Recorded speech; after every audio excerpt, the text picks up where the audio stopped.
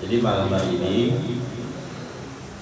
kita akan membahas kitab Sirul Asrar karya dari Al-Imam Muhyiddin Syekh Abdul Qadir Al-Jilani Qaddasallahu sirrul aziz an-nafa tentang zakat syariah dan zakat haqiqah. Jadi diharapkan ketika kita beres ngaji ini ada pemahaman baru terhadap zakat. Jadi bahwa kalau kita nggak mampu zakat secara syariah, ya maka berzakatlah secara hakikat. Jadi kalau zakat syariat, ya ini ada takyin, ada ketentuannya. Orangnya harus seperti apa, ada haul segala macam. Tapi kalau zakat haqiqah ini semua orang bisa melakukannya, tidak terbatas oleh pada orang-orang tertentu. Jadi kalau kita nggak bisa zakat secara syariat, maka berzakatlah secara haqiqah. Ya paling kita zakat itu kan zakat badan doang, ya zakat fitrah namanya. Artinya keislaman kita baru sampai apa? Syahadat, sholat, puasa, zakat belum misal. Baru 3 nih. Ada beberapa orang yang sudah mampu berzakat mal. Ya, di antara kita ini dari 100 orang cuma 1 yang sudah. Jadi sisanya mustahik semua. Mudah-mudahan tahun depan kita bisa zakat mal. Jadi kalau kita pengen banyak harta, niatkan ya Allah, saya itu pengen zakat mal. Artinya kalau kita pengen zakat mal, ya Allah kasih kecukupan kita secara finansial. Menggenapkan rukun Islam. Nah, dari situ baru nanti naik lagi, ya berangkat haji.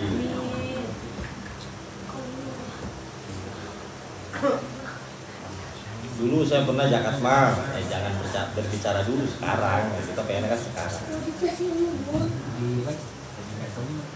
EO-nya gede banget ya? EO-nya bisa dikecilin nggak? Ini kayak MC. Nggak usah pakai EO juga nggak apa-apa. Tes. Nah, gini aja udah. Oke, kita mulai. Al-Faslu Sadisa Asyara, pasal yang ke-16. Jadi insyaallah nanti kita ngaji kitab Sirul Asrar akan dimulai dari depan, ya. Ini kan cuma tematik sebenarnya. Nanti kita ngajinya dari depan, bahas alam-alam, bahas seru. Nanti terus kita lanjutkan lagi ngaji kitab Futuhul Ghaib. Ya, insyaallah nanti kalau hikamnya sudah sampai pertengahan. Dibayani zakati syariati wa thariqati, dalam menjelaskan zakat syariat dan zakat thariqah. Nah, thariqah teman-teman garis bawahi al-haqiqah. Jadi thariqah di sini bukan thariqah yang kita kenal, ya, thariqah TKN misalnya, sajidah bukan tapi. Jadi thariqah di sini adalah al-haqiqah, lebih kepada hakikat. Apa sih hakikat zakat? Ini akan kita bahas pada malam hari ini. Zakatus syariah, adapun zakat syariat, ya ayyu'tiya min kasbid dunya ila masarifihi muaqatahu muayyanatan muaqatatan muayyanatan fi kulli sanatin marratan min nisabin muayyanin. Adapun zakat syariat, ia adalah ayyu'tiya, memberikan seseorang hamba min kasbi dunia, dari penghasilan dunia, ila masarifihi, kepada pos-pos yang sudah ditentukan. Fakir miskin, ya, janda, bang, ya asnaf, ada orang-orang yang berhak diberikan zakat. Nah, waktunya mu'aqatatan, waktunya itu muayyanatan tertentu. Haul sudah menggenapi 1 tahun. Kalau ada nisabnya, mencapai nisab baru dikeluarkan. Fikuli sanatin maratan, setahun cuma sekali. Min nisabin muayyanin, dengan persentase yang sudah ditentukan. Kalau emas segini, kalau uang ya bisa dikonversi menjadi emas itu segini gitu. Kalau pertanian ada lagi, peternakan ada lagi. Nah ini babnya bab zakat syariat. Insya Allah juga akan kita bahas nanti menggunakan kitab Fathul Qarib. Nah, kalau kita ngebahas zakat tuh ngeblank, soalnya nggak ada di tangan kita. Kayak kita belajar ilmu ekonomi, hitung-hitungan, akuntansi itu kayak kita belajar hakikat, nggak ada di depan kita gitu. Teori gitu. Kalau sholat teridrok ya, nampak bisa langsung kita praktekkan. Kalau zakat ya susah. Tapi kalau kita mengetahui ilmu zakat, insya Allah suatu waktu nanti Allah mampukan kita untuk berzakat mal. Yang penting tahu ilmunya dulu. Nah, amal zakatul thariqah. Adapun zakat thariqah ay al-haqiqah fahiya, maka itu adalah ayutiya min kasbil akhirah. Seorang hamba memberikan min kasbil akhirat, dari usaha-usaha akhiratnya, kullihi, semuanya, fi sabilillah, di jalan Allah Subhanahu wa taala, ila fuqara'i dini wal masakinil ukhrawiyah. Nah, ini diperuntukkan bagi siapa? Bagi fuqara. Jadi ahlu tasawuf zaman dulu itu disebut dengan fuqara.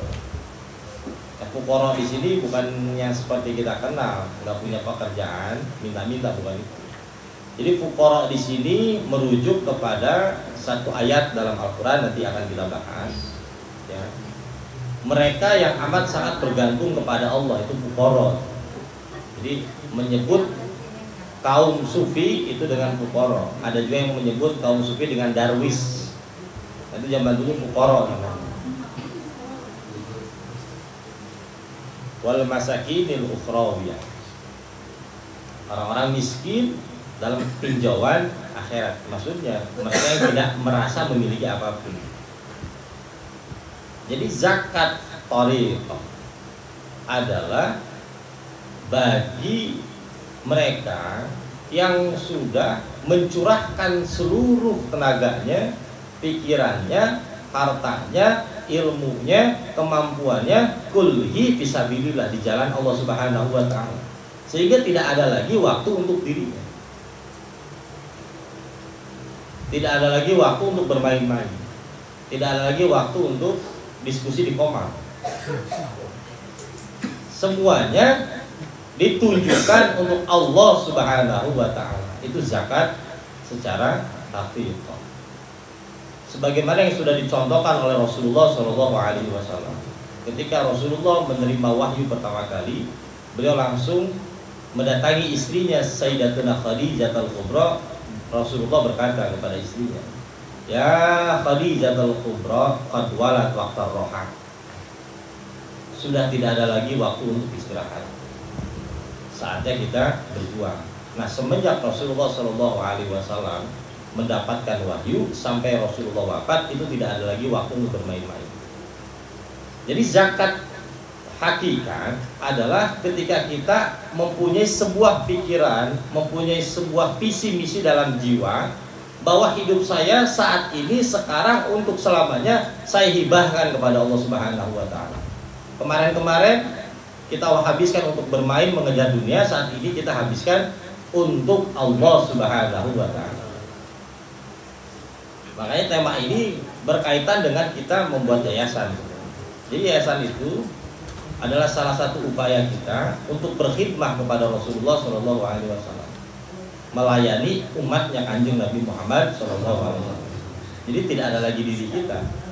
Kita persembahkan seluruhnya, apa yang kita miliki, tenaga yang kita miliki, harta yang kita miliki, semuanya kita habiskan di jalannya Allah Subhanahu wa taala.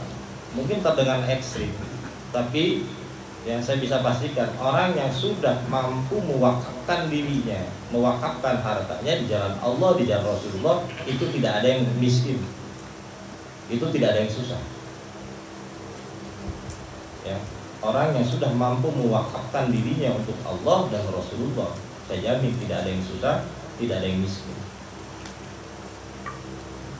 Justru ketika kita mewakafkan diri kita untuk dunia, disitulah kemiskinan, disitulah kesusahan, disitulah kepayahan. Dan ini sudah kita alami. Buktinya apa? Buktinya kita ngaji saat ini. Ya terus terang aja. Kalau teman-teman lagi banyak duit sekarang nggak ada di sini, gimana? Beli baju, beli baju di mall. Karena nggak ada duit, ngaji aja. Ngaji. Jadi ngaji itu pelarian sebenarnya. Kalau bisa lebaran ngaji aja Pak Ustadz. Gitu. Biar kami ada alasan nggak bagi-bagi duit THR. Kenapa kamu nggak datang ke acara keluarga lagi ngaji? Rencana begitu sih. Aman.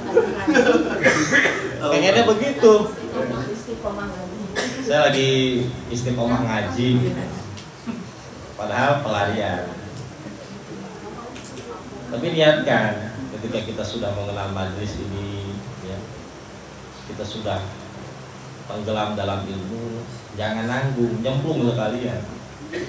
Kita nazar kepada Allah, ya Allah, saya wakafkan diri saya, waktu saya, tenaga saya, semuanya hanya untuk Engkau dan untuk Rasulullah SAW.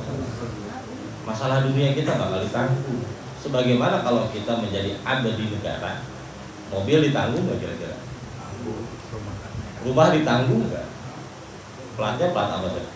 Platnya nggak berani, yang ganggu juga. Nah kita bayangkan kalau kita menjadi Abdullah, hambanya Allah, siapa yang bakal mengganggu? Maka kata Allah Subhanahu wa Ta'ala, barang siapa yang memusuhi wali-wali,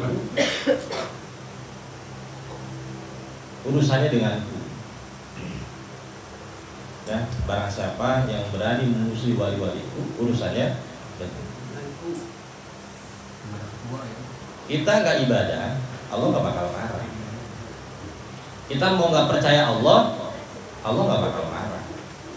Tapi ketika kita menyakiti para kekasih-kekasihnya, para pekerja-pekerja Allah, di situ tunggu, ya, ajab akan tunggu. Jadi sekarang niatin aja, ya Allah, saya ingin bekerja kepadamu, saya ingin berkhidmat kepada Rasulullah SAW. Dan saya jamin nggak ada orang yang mati kelaparan, yang miskin ditelantarkan oleh Allah tunai. Ketika apa? Ketika kita 100% bekerja kepada Allah. Kita tanya kayak Taufik, ya, beliau kerjanya apa sih? Tidur. Ya. Beliau kerjanya apa sih? Kita tanya. Tapi setiap lebaran saya, beliau pasti bagi-bagi duit. Amin. Daftar.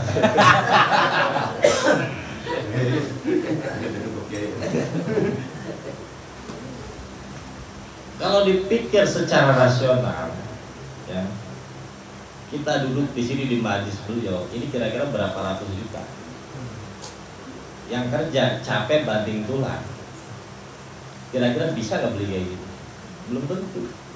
Yang dari pagi ketemu sore, bahkan ketemu malam, ini belum tentu bisa membangun majelis seperti ini. Apalagi di kawasan elit di depannya.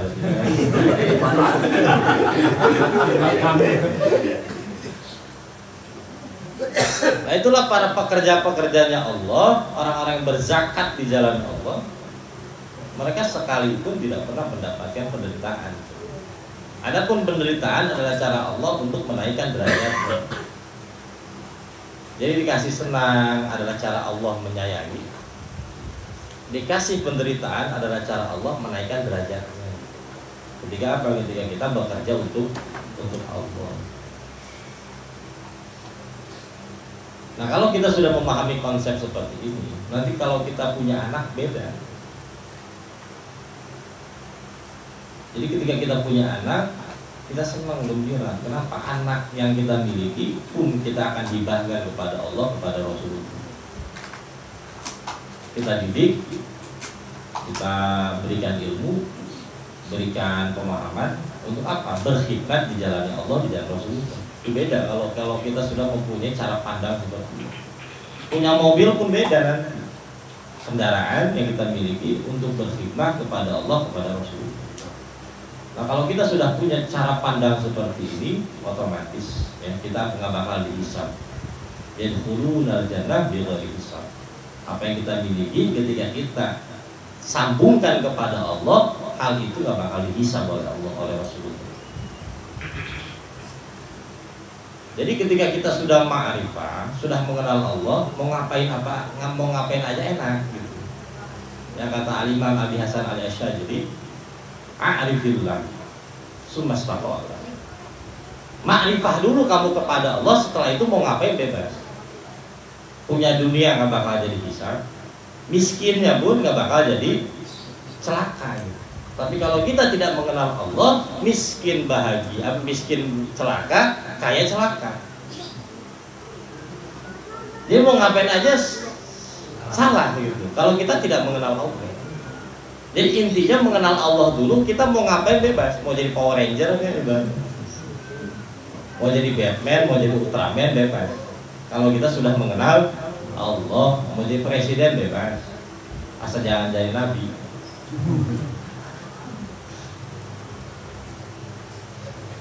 Karena Abah Tito dulu waktu masih kecil cita-cita pengen jadi nabi gitu. Masuk. Nggak ada lokernya itu, Bah, udah ditutup. Ditutup ya.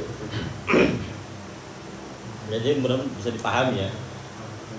Zakat syariah berkaitan dengan apa? Berkaitan dengan mal, dengan harta.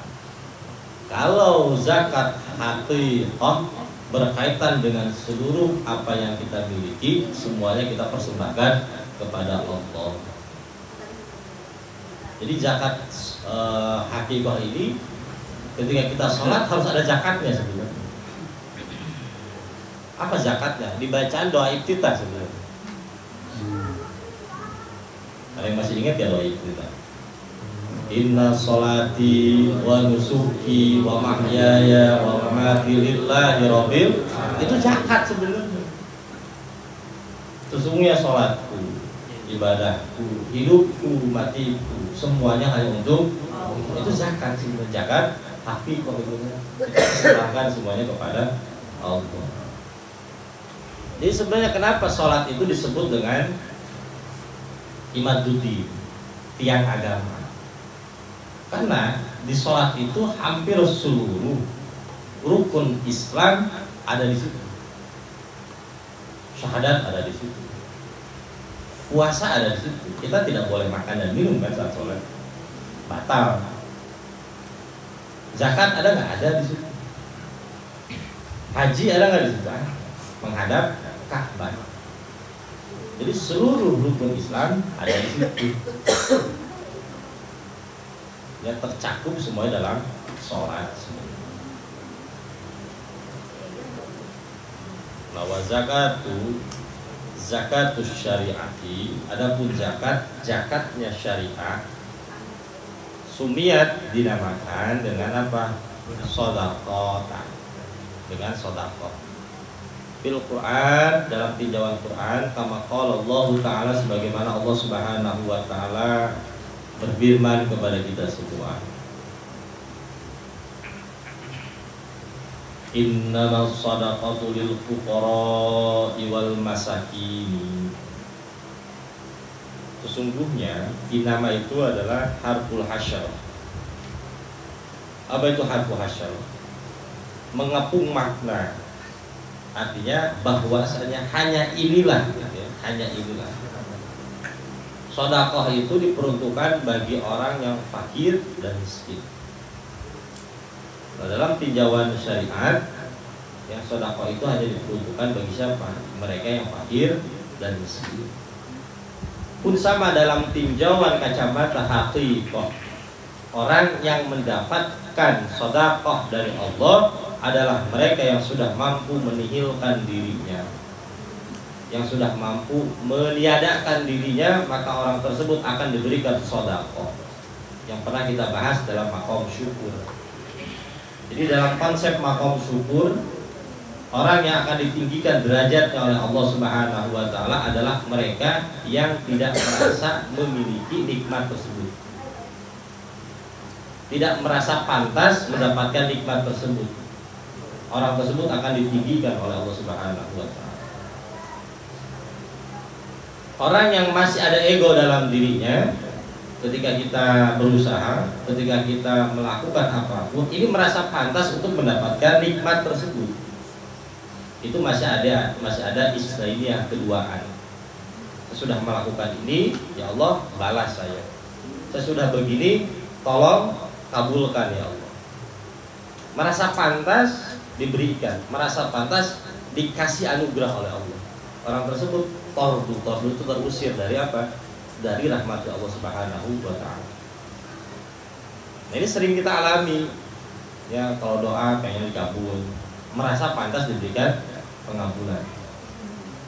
Kalau kita berupaya secara duniawiya, merasa pantas diberikan dunia. Ini penyakit. Kenapa kita dipakohkan oleh Allah, diberikan kesulitan Allah oleh Allah Subhanahu wa taala? Penyebab utamanya adalah karena kita merasa pantas mendapatkan nikmat tersebut. Nah, ini penyakit kehambaan, merasa pantas dengan nikmat yang Allah berikan. Seorang hamba sejati adalah mereka yang tidak merasa pantas mendapatkan apapun. Ketika mendapatkan sesuatu, dia akan langsung melihat hadza min fadli rabbi. Ini adalah keutamaan dari Tuhanku. Laisa minni, bukan dariku. Kalau kita mempunyai sudut pandang seperti itu, mau dikasih nikmat seberapapun, sebesar apapun, tidak ada kesombongan karena merasa tidak pantas.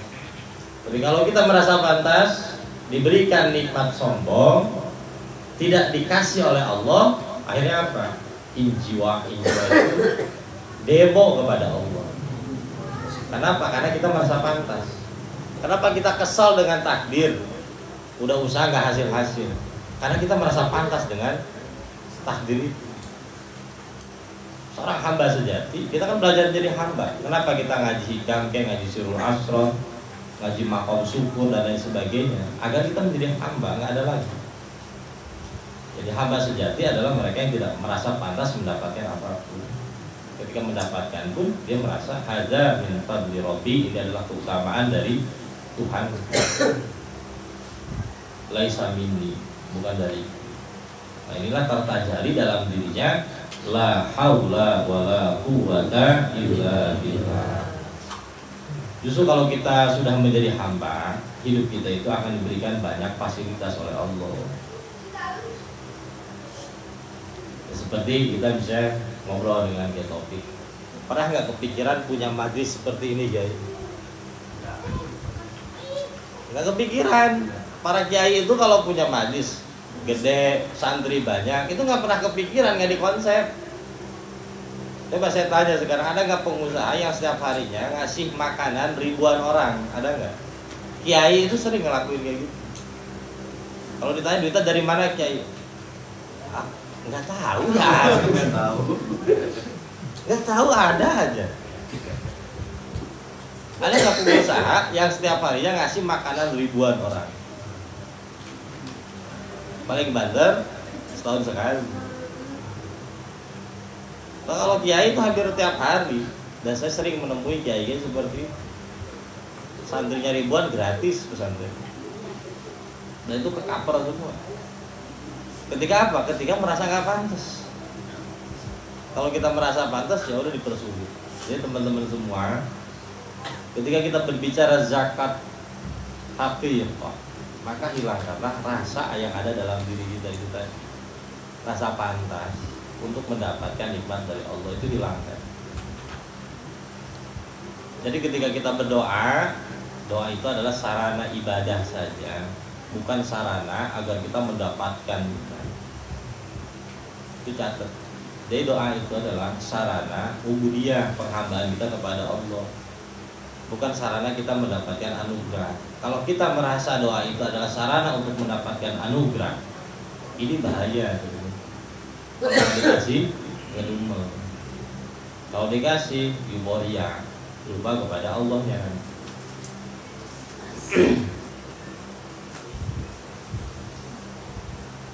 Jadi kalau kita ingin diberikan sedekah, jadilah al-fuqara, orang-orang fakir di hadapan Allah Subhanahu wa ta'ala. Begitupun kalau kita ngaji. Kenapa kita ngaji kok susah paham, susah masuk ilmu, masih agnia kita, masih merasa kaya, masih merasa mampu, masih merasa bisa, masih merasa paham, ya nggak bakal dikasih sama Allah.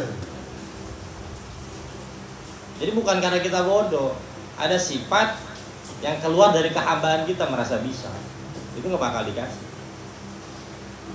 Agnia yang merasa cukup, merasa bisa, merasa mampu, selama-lamanya nggak bakal dikasih ilmu. Nah kalau ngaji jadi pukor aja, jadi dalam usaha pun sama, jadi pukor aja. Saya banyak kok nemuin orang-orang yang apa namanya, ya kalau dalam segi duniawiahnya itu udah luar biasa, kaya banget deh. Ketika ditanya apa rahasianya, rahasianya saya merasa nggak pantas dengan nikmat hidup. Saya hanya melihat ini adalah semuanya karunia dari Allah.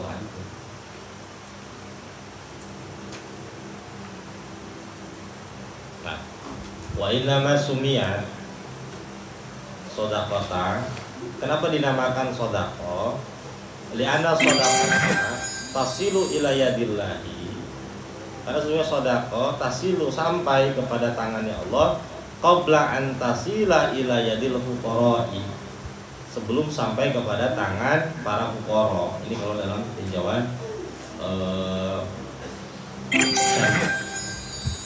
jadi ketika kita sedekah sebenarnya itu sudah sampai duluan kepada Allah sebelum sampai kepada tangan mustahik.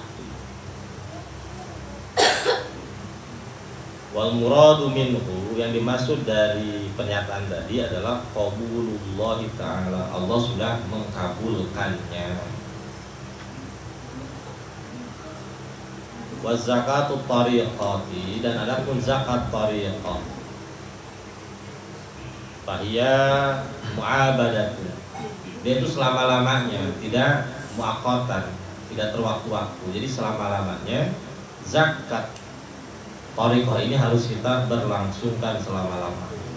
Jadi ketika kita merasa zakat, merasa kita yang ibadah, merasa kita yang bisa, merasa kita yang berbuat, segera zakat hakikat, nihilkan diri kita. Jadi sebenarnya zakat thariqah itu adalah tentang penihilan diri kita sendiri di hadapan Allah Subhanahu wa ta'ala. Nah ini sepanjang waktu, di setiap keadaan, di setiap kondisi apapun, nihilkan diri kita. Karena kalau kita merasa ada, itu adalah sumber dari segala macam dosa. Kata Al-Imam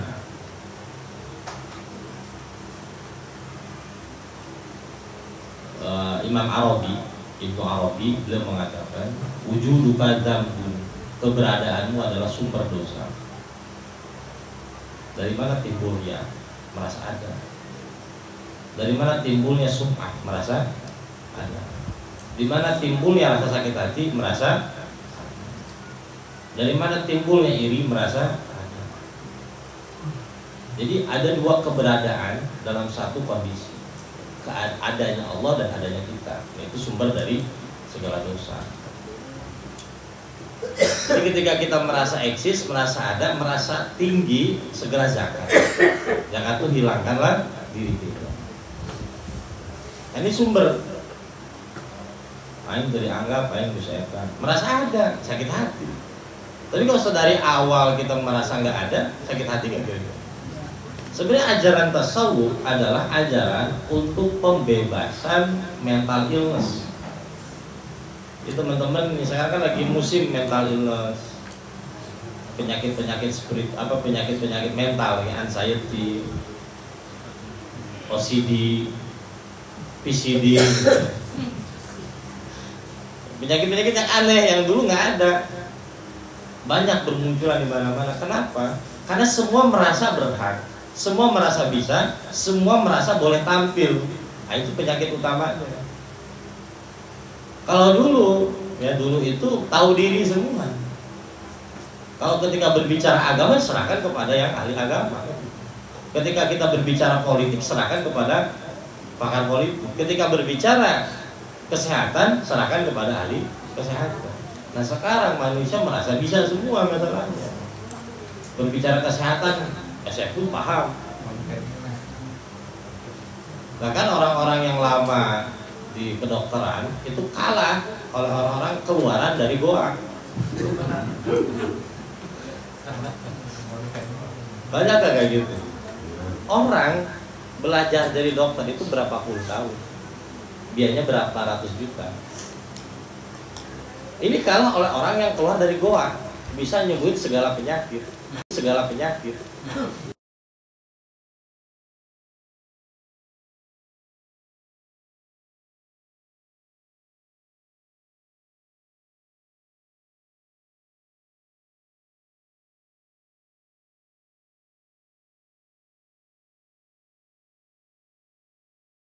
Mana sih?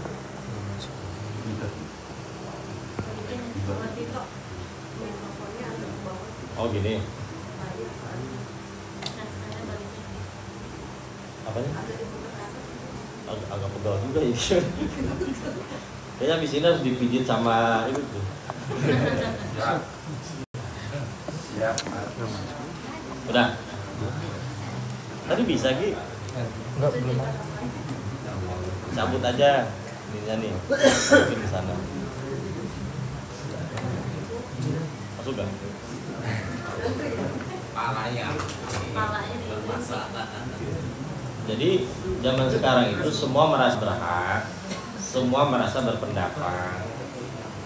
Masalah agama pun sama, ini jauh lebih fatal lagi. Orang yang nyantren puluhan tahun di pesantren kalah oleh orang yang pesantren kilat zaman sekarang itu. Merasa setara, merasa selepel. Baru nyantren 3 hari, 4 hari, 7 hari, menyalah-nyalakan kiai yang nyantrennya puluhan tahun. Biah itu yang dikatakan oleh kiai itu. Innalillahi wa inna ilaihi. Ini memang kejadian real di sekitar kita. Apalagi mereka yang bukan basicnya sama sekali keilmuan, konten kreator, ya, komentarin kiai, bayangin ya. Banyak gak kayak gitu? Yang lebih bodoh kalau nggak mau disebut tolol gitu ya. Itu netizen yang lebih percaya konten kreator. Ini saya setuju dengan perkataan ini. Gitu. Coba bayangkan. Ini nanti kita menghadapi Idul Fitri. Nah itu bermunculan itu orang kayak gitu. Ya. Kalau kita udah taat samina wa atona kepada pemerintah, kalau pemerintah ngomong A, B, jangan ikut sama tokoh. Karena tokoh itu bukan kadarnya. Bukan pakarnya. Ikut aja pemerintah lebih aman. Oh, pemerintah sekarang zalim. Nah, itu bahaya lagi itu ya. Berarti kalau kita nikah di pengadilan agama itu gak sah juga. Coba, bisa nggak membantah itu dengan? Ya, jadi ketika kita ikut pada aturan, insya Allah aman. Ya, insya Allah aman.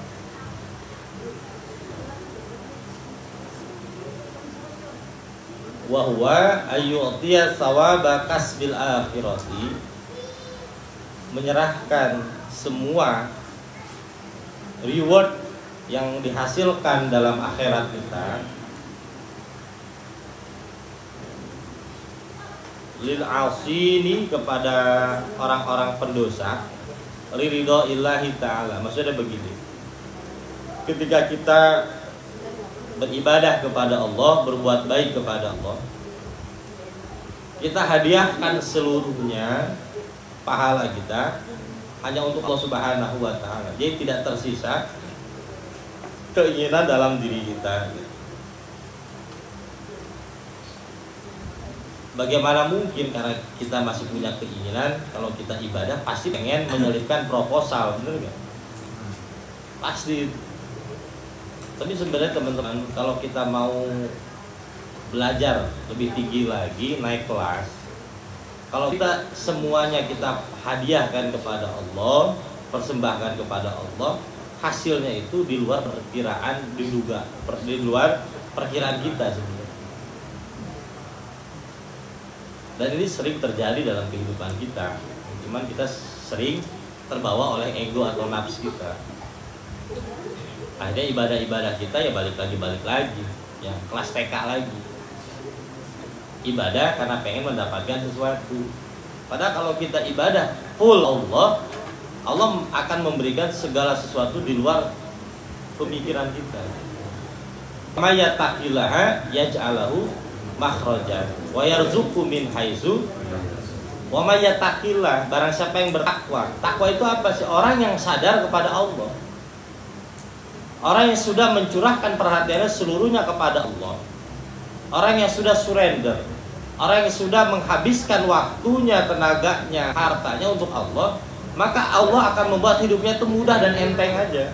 Setiap ada permasalahan pasti ada jalan keluarnya. Justru ketika kita tidak bertakwa, tidak sadar kepada Allah, ibadah masih pengen dikuliah, ya, masih pengen diupahin. Nah itu biasanya dipersulit. Di situ-situ aja muter. Kita udah kemana dia masih di situ-situ aja. Ada kan orang kayak gitu kan? Kita SD dia begitu, SMP ini kita masih begitu. Kita SMA dia masih begitu. Kita udah nikah dia masih tetap begitu loh. Ada nggak orang kayak gitu? Banyak. Nggak kemana-mana. Pas begitu ketemu kita, wah lu sombong lu sekarang. Lu yang nggak kemana-mana. Kita udah kemana? Dia masih di situ-situ aja. Tapi biasa orang-orang kayak gitu adalah orang yang i'timadu alan nar. Dibuat lelah oleh jiwanya sendiri. Dibuat capek oleh dirinya sendiri. Jadi awal perubahan besar dalam diri kita ketika apa? Ketika kita ma'rifah, ketika kita sadar kebodohan kita, lalu pada saat itu kita tidak mau lagi menggantungkan diri kita kepada diri kita sendiri. Di situ awal perubahan. Jadi revolusi spiritual itu awalnya di situ. Teman-teman ada yang pernah nonton film Genghis Khan nggak? Ada filmnya tuh, di film nggak ada.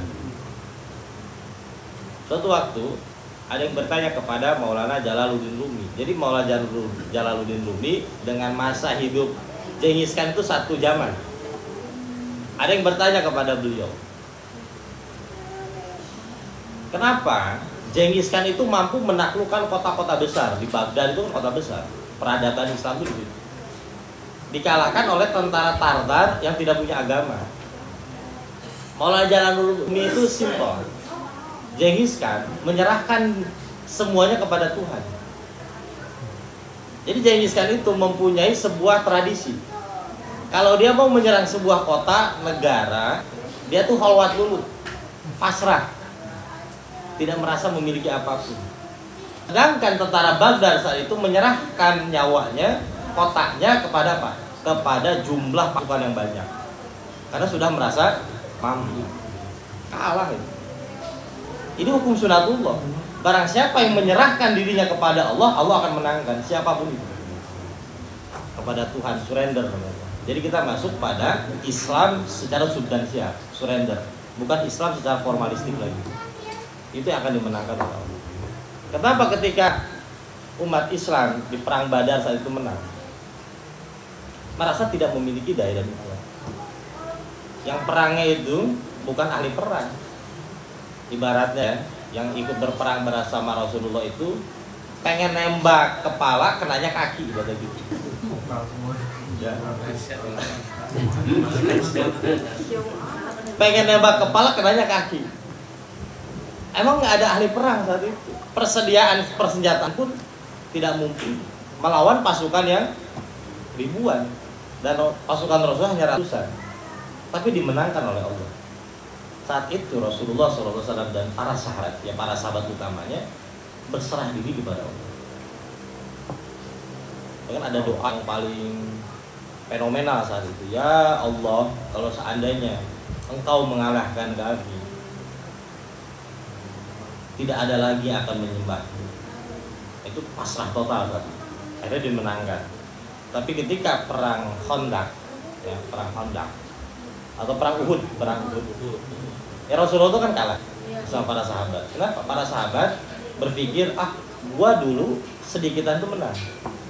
Apalagi sekarang sudah banyak kan, pasti lebih. Akhirnya kalah. Jadi dalam perjalanan spiritual ini rumus. Barang siapa yang merendah, dia akan ditinggikan oleh Allah. Barang siapa yang merasa butuh kepada Allah, dia yang akan dicukupkan oleh Allah. Jadi dalam ranah spiritual ini tidak mengenal pinter, tidak mengenal kaya, tidak mengenal jabatan, tidak mengenal keturunan. Semuanya setara. Barang siapa yang merasa bodoh, dia akan dipintarkan oleh Allah. Merasa rendah akan ditinggikan oleh Allah. Jadi suatu saat ketika kita sudah merasa tinggi, merasa mulia, merasa cukup, disitulah awal kehancuran kita. Itu jalur spiritual. Itu rumus. Dan ketika kita sudah merasa sampai, disitulah awal perjalanan kita. Ya. Kita merasa sampai, itulah awal perjalanan kita kembali. Kayak dulu kita awal dalam perjalanan spiritual merasa sudah sampai kan? Bener kan? Lalu kita ibadah, zikir, ngaji, terus merasa sampai, balik lagi. Ibadah kayak main ular tangga. Kayak kita udah kemana tuh, ternyata mau rosok lagi. Udah mau finish. Ya, nomor 96 bener tuh guys. Ya. Balik lagi. Itu awal spiritual tuh di situ. Berbeda halnya dengan dunia. Ya kalau dunia ya bebas, sebenarnya mau merasa apa gitu. Tapi kalau dalam ranah spiritual, ketika kita merasa sudah sampai, disitulah awal kembali kita. Dibuat capek, dibuat lelah, dibuat mendaki terus. Akhirnya nyari terus ya. Udah ketemu dicari lagi ya. Akhirnya nyari lagi. Masih penasaran, nyari YouTube lagi. Kurang, Allah tuh kurang, adanya di YouTube, bayangin. Allah tuh kurang, adanya di YouTube. Sampai kita ngedengerin YouTube agar mendapatkan Allah. Kita ke masjid untuk mendapatkan Allah. Kayaknya Allah tuh ada di masjid, di Sherlock gitu, kayak di Sherlock. Maka ketika berjalan dalam ranah spiritual, dibutuhkan jamaah, dibutuhkan seorang guru agar apa? Agar penyakit-penyakit mematikan ini tidak ada. Karena kalau udah ada muncul, ada guru tuh bisa ngegebahin gitu. Kalau sendiri coba, ya kalau sendiri kita cemong, peci kita udah merah, karena nggak ada yang ngasih kaca, ya udah merasa tampan aja. Guru kan ngasih kaca nih dia, buset muka gua gini banget. Tugas guru tuh ngasih kaca sebenarnya. Pentingnya ketika kita berjalan dalam ranah spiritual, ada seorang guru di situ ngasih kaca, memperlihatkan siapa sih diri kita yang sebenarnya. Karena kalau nggak ada, ya ibadah yang kita lakukan tanpa guru, yang tinggi itu bukan Allah, tinggi itu diri kita. Ini yang pernah kita alami banyak kan. Kita sholat subuh, oke, ngelewatin orang, lampunya masih padam nih. Allahu Akbar.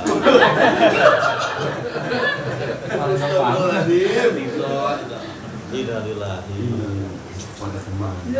Allahumma ghfir.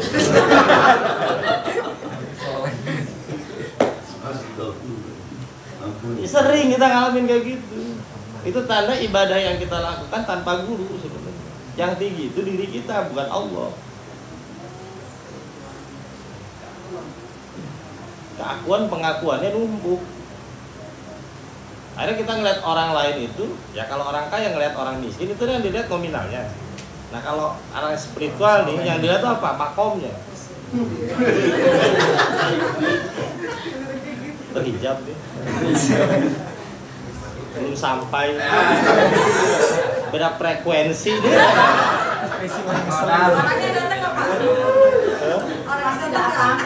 Ya kan kayak gitu kan. Masih mabok. Saya masih mabok agama. Tapi pada akhirnya kita pinjam duitnya kan lucu. Itu ketika kita beragama tanpa guru itu resikonya di situ. Jadi bagi spiritual tidak mengenal ketaatan, tidak mengenal kemaksiatan. Karena terlepas dari itu semua.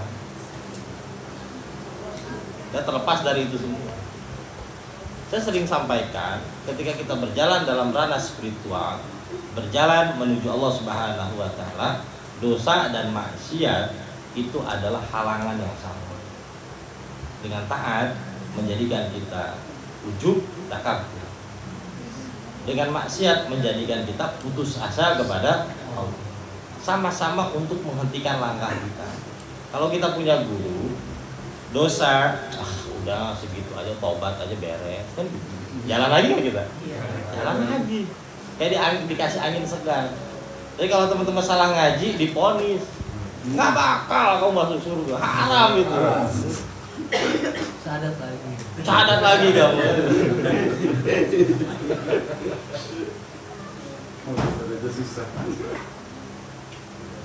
Percuma kamu sholat kan gitu. Banyak hijabnya dalam diri kamu gitu. Itu bahayanya kalau kita beribadah tanpa seorang guru gitu. Dia banyak yang nanya kepada Ustaz, bagaimana kita bisa nggak sampai kepada Allah tanpa guru? Saya bisa jawab, yang gitu tergantung Allah gitu. Tergantung Allah. Tapi biasanya kalau kita masuk kepada edaran sunnatullah, orang-orang hebat tuh pasti punya guru semua. Sehebat-hebatnya Cristiano Ronaldo, dia pasti ada pelatihnya. Sejago-jagonya Mike Tyson ada pelatihnya nggak? Kalau kita hanya jago pukul nggak ada pelatihnya, paling banter jadi apa? Masuk ormas. Ya kan? Nah banyak di kita itu ahli spiritual, cuman jadi ormas ibaratnya gitu. Organisasi masyarakat spiritual.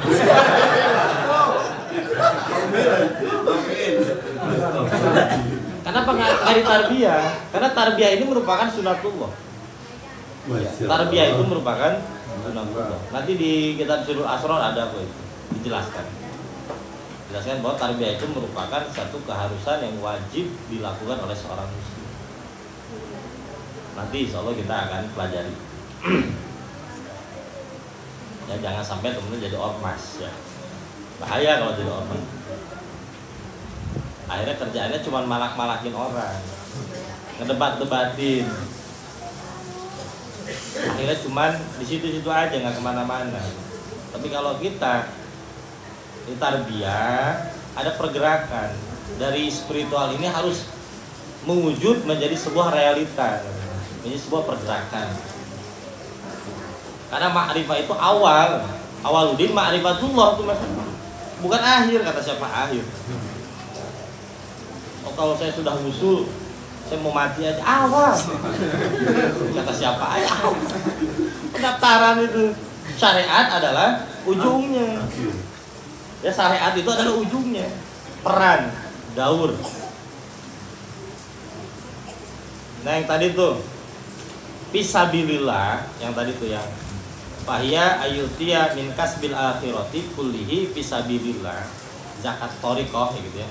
Adalah memberikan semua kasab akhirah kita di jalan Allah. Nah, fisabilillah itu teman-teman garis bawahi ya. Lalu atasnya kasih ilmu daur namanya. Ilmu daur tulisannya gini. Nah, ini Pak, kenapa kita bikin yayasan?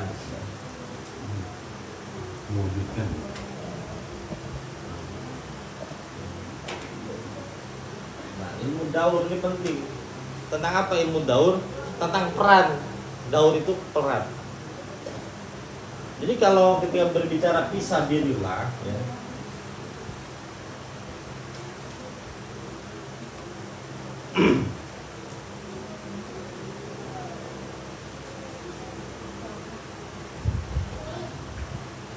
ini adalah tentang sebuah peran yang terorganisir sebenarnya. Nggak bisa kita sendirian, nggak bisa sendirian. Kita harus mempunyai peran dalam kehidupan ini. Jadi kan dalam tinjauan Thariqah Qadiriyah, Thariqah Naqsabandiyah, awaludin ma'rifatullah adalah tentang konsep kita mengenal Allah dulu nih. Wa ma khalaqtu jinna wal insa illa liya'budun, itu konsep awal. Setelahnya adalah tentang menjadi khalifatullah fil ard, menjadi peran penggantinya Allah di atas muka bumi ini. Tentang apa? Tentang ilmu daur sebenarnya. Kita mempunyai sebuah keresahan, mempunyai sebuah visi misi dalam hidup kita untuk apa? Mewujudkan apa yang kita inginkan. Itu natijah dari perjalanan spiritual.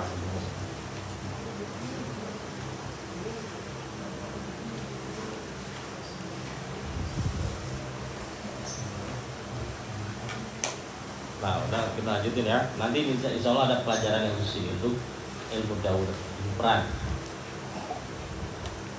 Faya ghafirullahu ta'ala, kemudian dia beristighfar kepada Allah, misal sawabis sholati, seperti halnya reward sholat, zakat, wassaum, wal haji dan haji, wasawabu tasbihi wa tahlili, dan reward tasbih dan tahlil, wasawabu tilawatil qur'ani, wassahawati, sahawati itu kebaikan umum, wa ghairu dzalika, dan adapun selain yang tadi disebutkan minal hasanati, dari kebaikan-kebaikan. Maksudnya apa? Ketika kita melakukan kebaikan itu semua, ya, sisipkan dalam diri kita sebenarnya, ya, ketika kita melakukan kebaikan pun itu diberikan oleh Allah. Jadi teman-teman, kita tuh seperti gelas kosong. Ya, sholat ini adalah hadiah dari Allah. Zakat hadiah dari Allah. Puasa hadiah dari Allah. Haji hadiah dari Allah. Ngaji hadiah dari Allah. Jadi kita tuh seperti gelas kosong. Allah memberikan kebaikan-kebaikan ini semua kepada kita. Nanti makanya di hikam itu dijelaskan gini, ya. Tanda amal Anda diterima oleh Allah Subhanahu wa Ta'ala, sedari awal Anda menyadari Anda sebenarnya dikasih oleh Allah melakukan amal tersebut. Ya, sedari awal kita tuh merasa Allah sedang menggerakkan kita untuk melakukan kebaikan-kebaikan. Bisa aja nggak hari ini kita nggak ada di sini. Lagi di mana? Di mall.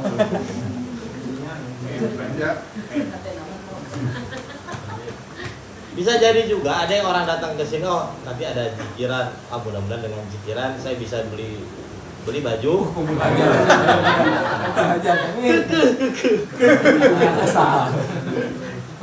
Oh tadi ada sholawat, ya mudah-mudahan kabul hajat lah. Besok dapat duit pergi ke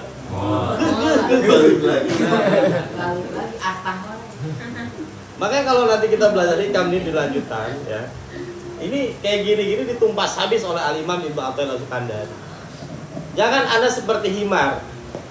Himar itu dia yang berjalan di situ, akhirnya di situ gitu. Himar dalam penggilingan tebu. Awalnya duit, akhirnya duit gitu maksudnya. Apa? Eta kene. Kita ke sini pakai bensin, pakai duit kan? Setelah kita ngeluarin duit, apa yang kita harapkan? Himar.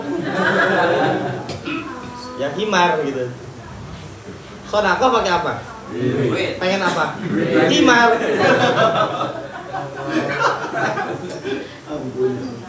Astagfirullah. Tuh Al-Imam Ibnu Athaillah As-Sakandari belum memberikan sebuah perumpamaan yang amat sangat luar biasa. Jangan Anda seperti himar. Awalnya di situ, finishnya di situ. Awalnya duit, akhirnya duit. Nah ini sering kita lakukan tuh. Bahkan sedekah yang kita keluarkan duit, pengen dapat duit lagi, gila. Ingat janji itu, janji hadis. Atau bisa kiai-kiai yang suka ngomong kan, kalau mancing ikan harus pakai ikan, kalau mancing duit harus pakai duit. Jadi kayak konsep ikhlasnya belas itu. Kita nih nyanterenin anak pakai apa? Duit. Ketika dia udah jadi ustadz, jadi kiai, Dia dapat. biar apa? Kita nguliahin anak pakai apa? Setelah lulus kuliah pengen dapat apa? Duit. Himar.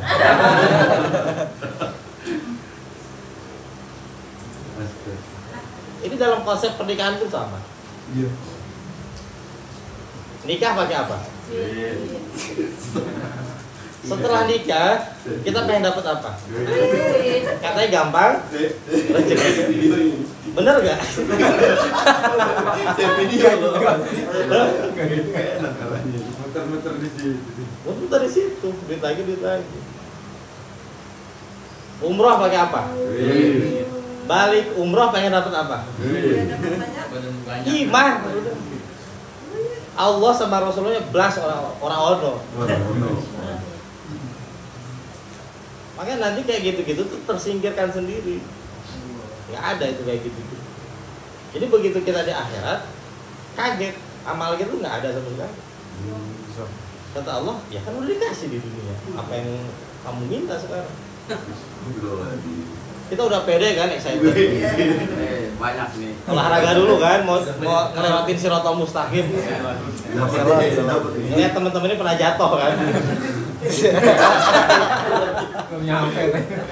Kita kan pede dengan sholat kita kan, dengan sodakoh kita. Aus. Baru satu langkah kita udah kecebur. Kata Allah, saya sudah ngasih semuanya di alam dunia untuk kamu. Di akhirat ya udah nggak ada jatahnya gitu.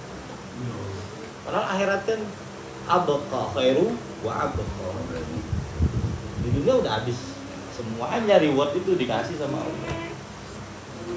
Pulang nggak ada apa-apa. Nggak ada bawa hasil apa-apa kan. Makanya kalau kita tidak mau main konsep kayak gini ya udah muter di situ. Jadi himar. Muter, ngeluarin duit pengen dapat duit. Sholat pengen dapat duit. Tasbih pengen dapat, sholawat pengen dapat, semuanya. Ngomongnya doang karena Allah ya. Padahal kalau kita lillahi ta'ala, bonusnya itu lebih gede sebenarnya. Di luar perkiraan kita, itu jaminan dari Allah. Nah, makanya kalau sudah mengenal konsep kayak gini, kita nyekolahin anak, mesanterin anak, jangan ada bahasa-bahasa seperti itu.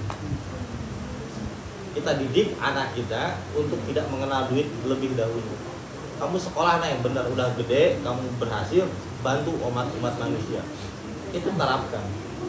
Kamu nanti kalau jadi ustadz, kamu kembangin ilmu, bantu manusia itu. Kalau kita kan enggak. Kalau kamu jadi ustadz nih ya, gampang duit, gampangnya segitu. Lihat bapak, kalau bapak jadi ustadz, nih hasilnya. Terpola, oh pengen dapat duit, gampang duit, jadi ustadz kan gitu. Bener nggak? Allahnya belas orang-orang.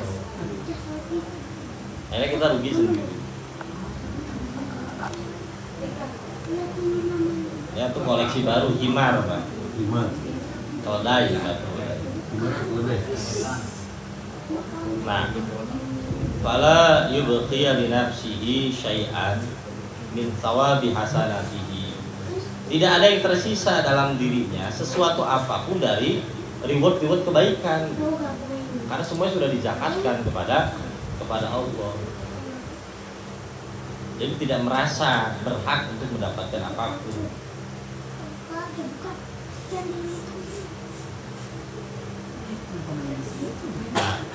Wa yubqiya nafsahu muflisan, dan yang tersisa dari dalam dirinya itu muflis. Muflis itu orang yang bangkrut. Muflis itu orang bangkrut, tidak merasa memiliki apapun.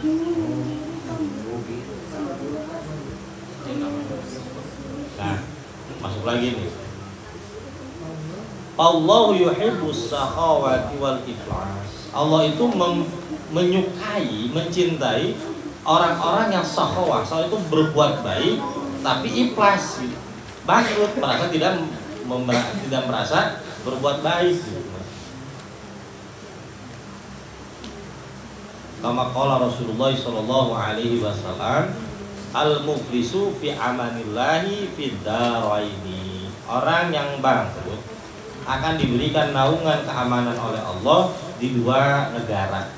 Dua darul itu dua alam, alam dunia ataupun alam akhirat. Orang yang merasa tidak memiliki apapun. Oh, saya sekarang merasa tidak memiliki apapun, Pak Ustaz. Bahkan istri pun saya tidak ada, Pak Ustaz. Bahkan pekerjaan pun saya tidak ada, Pak Ustaz. Itu bukan muflis, teman-teman ya. Ini kita berbicara hakikat, bukan berbicara zahir. Tapi teman-teman, kalau kita nggak masuk ke hakikat, zahir kita pun akan dihilangkan itu masalahnya. Untuk merasakan wujud hakikat. Ya, kalau kita tidak masuk ke alam hakikat, alam zahir akan menampakkan agar kita merasakan wujud hakikat itu tadi. Maka dengan ngaji itu teman-teman masuk dalam naungan Allah sebelumnya. Sebelum diituin kita sudah merasa itu. Ya, sebelum diituin kita sudah merasa itu. Itu apa itu? Apa itu? Muflis.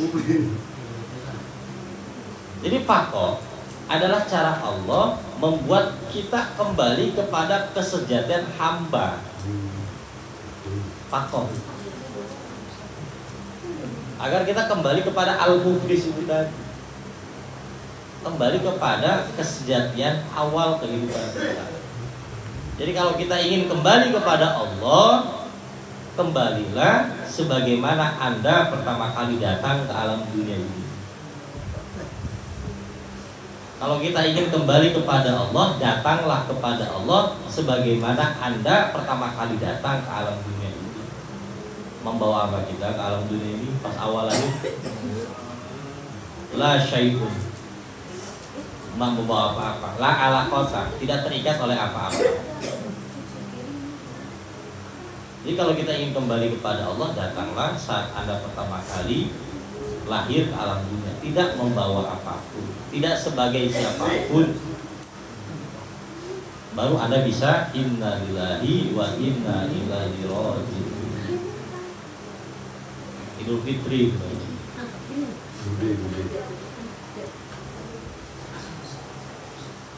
Nah, kalau kita tidak kembali kepada Allah, ya, karena kita masih membawa identitas, masih membawa aku yang 2 dan 3 itu, si aku satu itu akan terus memanggil.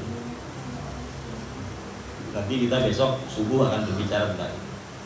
Jadi kita akan berbicara tentang hakikat mudik. Jadi teman-teman yang mudik dapat hakikatnya. Jadi begitu pulang ke kampung halaman tuh teman-teman sudah terbebaskan. Ketika berbicara hakikat mudik, sebenarnya itu ada dalam tinjauan innalillahi wa inna ilaihi raji'un. Sekaya apapun kita di perantauan, sehebat apapun kita di perantauan, seterkenal apapun kita di perantauan, ada denyut yang memanggil kita untuk kembali pulang kepada kampung halaman kita. Momentum mudik adalah sebenarnya mengajarkan kita ya, tentang sehebat apapun kita, sebenarnya kita bukan apa-apa. Justru tempat kembali kita adalah saat kita tidak menjadi apa-apa. Nah, insya Allah nanti kita pelajari ya konsep innalillahi wa inna ilaihi raji'un. Yang nggak punya kampung halaman ikut. Si lupa alamannya, Pak. Ya Pak, ikut ke Budaya Fitri. Jadi ikut budaya. Biar merasain mudik. Saya tuh seumur hidup gak pernah mudik. Pengen mudik ini kemana gitu. Kayak istri saya di situ, rumah saya di situ. Di situ-situ aja Bang, gak pernah mudik gitu. Pengen kayak orang mudik gitu, gak pernah. Terus tidak lah. Mudik. Setiap hari mudik sih. Karena ada bahasa gitu, as-sufiyu la yamliku wa lam yumlak. Sufi itu siapa sih? Mereka yang tidak memiliki dan tidak merasa dimiliki. Para sufi itu muflis. Dia tidak merasa memiliki apapun dan tidak dimiliki oleh apapun, merdeka. Nah, nanti namanya ahlul huriyah, orang-orang yang merdeka. tidak dicekal oleh nafsunya, tidak dikendalikan oleh orang lain. Kami belum merdeka, Pak Ustaz. Kenapa? Kami masih diperbudak oleh istri kami. Mau ngaji, izin dulu, laporan dulu. Ya, enggak aja bikin surat gitu ya. Dengan ini saya menyatakan akan ngaji dan pulang tepat waktu. Gitu. Pakai cap, pakai materai gitu. Setelah 5 menit di luar. Makanya temen-temen suka foto-foto kan di masjid, laporan gitu. Saya tahu. Pas banget itu. Ustaz foto sama saya, sebenarnya bukan mahabbah, bukan. Absen. Makanya saya nggak percaya diri gitu, nggak bangga enggak. Saya cuma jadi bantalan aja. Kan orang yang mahabbah di foto sama kiai sama ustaz, bukan bantalan. Atau video call, alhamdulillah tuh mah udah sama Pak Ustaz.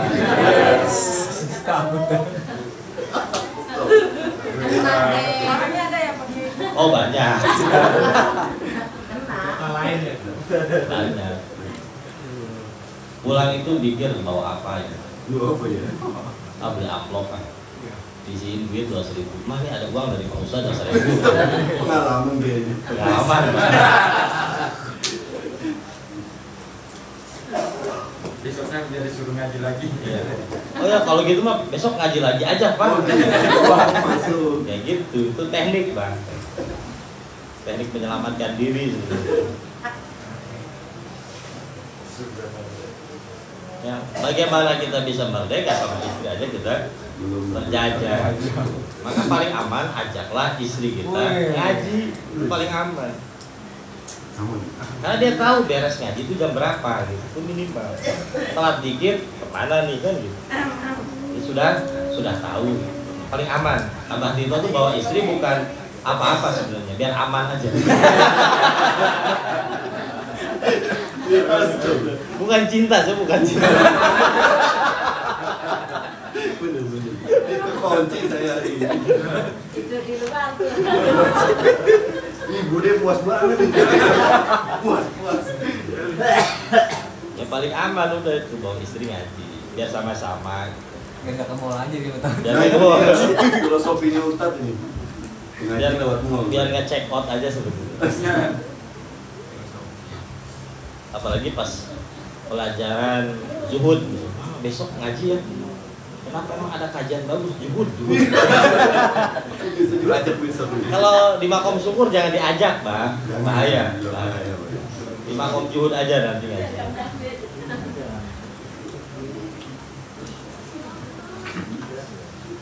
Fal abdu maka seorang hamba wa ma biyadihi karena di maula seorang hamba hendaklah apa-apa yang berada di tangan dirinya itu harus diserahkan kepada tangan tuannya. Dia tidak merasa memiliki apa-apa. Nah, kalau ilustrasikan lagi seperti ini misalnya ya, ada dua pekerja yang bekerja kepada Abah Tito misalnya. Abah Tito memberikan THR kedua pekerja itu. Yang satu, oh Abah terima kasih banyak, luar biasa. Saya sebenarnya tidak pantas mendapatkan ini semua. Ini adalah kemurahan hati Abah. Satu lagi merasa pantas. Ya memang pantas sih saya dikasih segitu. Ya saya udah kerja. Kira-kira Abah bakal ngasih diskon atau reward yang mana tuh Pak? Begitupun ketika kita merasa tidak pantas di hadapan Allah mendapatkan ini semua, Allah akan kasih terus. Maka kalau kita ngomong cukup ya Allah, itu akan ditambahin terus. Ditambahin terus. Apanya? Jadi wiridan Oh. cukup. Salah. Diwiritin doang. Ya kalau kita ya Allah cukup, ya Allah cukup. Itu akan ditambahkan terus menerus oleh Allah. Mulai sekarang diri cukup. Ya sekarang ini udah cukup aja udah cukup. Cukup. Nanti naik lagi, pas. Naik lagi, ajib. Udah gitu. Bisa diterima itu. Ya cuma jangan dijamahin aja. Kita ngajar nih, Jay ngajar jamaah sekarang dirinya ajib aja ya. Ini aliran apa gitu. Ya, ajib itu kondisi batin kita, apa ada di hadapan kita, apa ada di hadapan.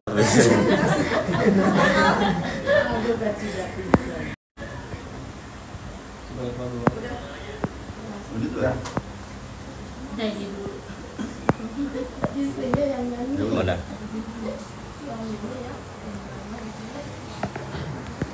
Berapa menit dah kira-kira dah?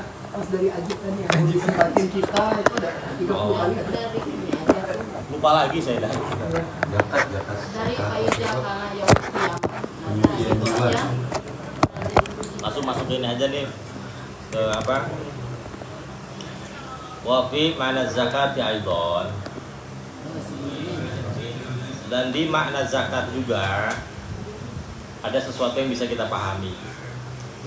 Tazkiyatul qalbi min sifatin nafsi, penyucian kolbu dari sifat-sifat nafs atau ego.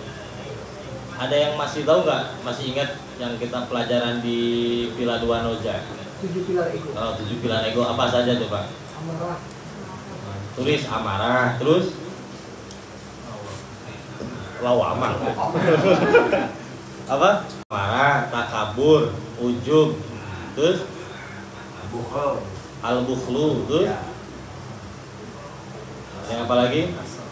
Syahwat, al-ghada, Syahwat, al-ghadab, al-hibbu. Nah, 7 karakter itu harus dijakatkan, ditiadakan. Nah, teman-teman tulis di atasnya 7 sifat yang alter ego itu. Ego, ujub, takabur, amarah, syahwat. Nah, itu tulis 7-nya. Itu yang harus dizakatkan, ditiadakan. Karena esensi dari zakat spiritual adalah menghilangkan 7 karakteristik seperti itu. Harus dihilangkan. Nah, kama qala Allah Ta'ala, "Man dzalladzi yuqridullaha qardan hasanan fayudha'ifahu lahu ad'afan katsira." Barang siapa yang meminjamkan kepada Allah dengan pinjaman yang baik, fayudha'ifuhu, maka Allah Subhanahu wa taala akan melipat gandakan lahu kepada orang tersebut ad'afan katsira, dengan sesuatu reward yang unlimited, yang tidak terbatas. Jadi teman-teman semua, memang ketika kita ingin menghilangkan 7 karakteristik ego dalam diri kita itu berat. Menghilangkan ujub itu berat. Ya, pasti manusia itu pakai baju bagus, contoh kecilnya, ingin apa sih? Ingin ujub sebenarnya, terlihat keren kan?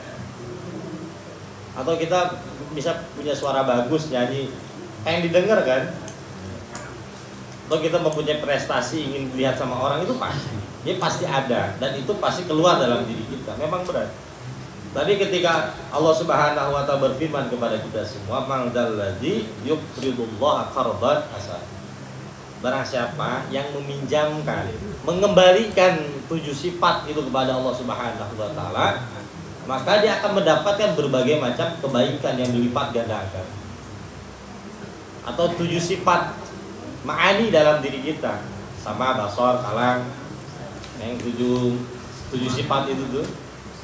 Nanti kaitannya dengan martabat 7 itu kita kembalikan kepada Allah Subhanahu wa taala. Memang berat, tapi kita akan mendapatkan berbagai macam reward dari Allah Subhanahu wa taala.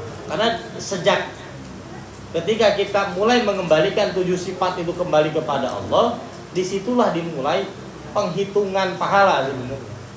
Maka ada bahasa kan, awaludin ma'rifatullah. Sebelum-belumnya ketika kita beribadah tanpa mengenal Allah, itu belum dicatat sebagai kebaikan sebenarnya. Kenapa? Yang ibadah itu masih ego kita.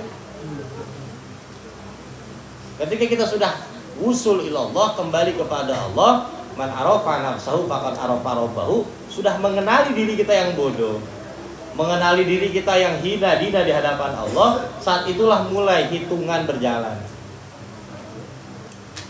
Sebelum-belumnya ya cacat sama diri kita sendiri gitu loh. Karena masih ada ujub, masih ada ria, masih ada dan lain sebagainya. Itu cacat sama diri kita sendiri, mentok namanya. Saat kita mulai mengenal Allah, saat itulah hitungan mulai berjalan. Saya akan ceritakan kisah dalam kitab ada Busulukil Murid. Ada seorang guru ya, ngajak jalan-jalan muridnya. Jadi mungkin beberapa kali teman-teman dengar agak menjadi ibroh. Ya. Nah, si guru ini ketika ngajakin murid-muridnya ini ke kuburan. Lalu si guru nanya, wahai muridku, ini kira-kira makam umurnya berapa tahun? Kalau dilihat dari panjangnya ini ya sekitar umur 60 tahun, 70 tahun saat dia wafat. Kata gurunya enggak, dia cuma umur 2 tahun kok. Kok bisa? Ya pas umur 68 tahun dia baru ngaji sama saya. 70 tahun dia meninggal. Nah, ketika umur 68 dia baru mengenal Allah, disitulah saat pertama kali dia hidup kembali. Jadi 68 tahun ya ibaratnya sia-sia gitu. Ya, mungkin terdengar ekstrim, tapi ya begitulah faktanya. Kehidupan kita awalnya adalah saat kita mengenal Allah. Sebelum-belumnya itu tidak dianggap. Ya, meskipun terdengar pahit, tapi memang itulah faktanya. Apalagi teman-teman sudah mengenal konsep aku satu, Qardu min qardi. Nah, yang dimaksud dengan al-qardu itu tuh yang tadi yang di atas tuh meminjamkan adalah ayu tiya malahu minal hasanati fisabilillahi ta'ala. Memberikan apa-apa yang dimiliki oleh seorang manusia dari kebaikan-kebaikannya, dia infakkan semuanya di jalan Allah Subhanahu wa taala. Tidak menyisakan ruang dalam dirinya kecuali Allah. Ihsanan berupa kebaikan-kebaikan ila khalqihi kepada tuannya, liwajhihil karim untuk mendapatkan Allah Subhanahu wa taala.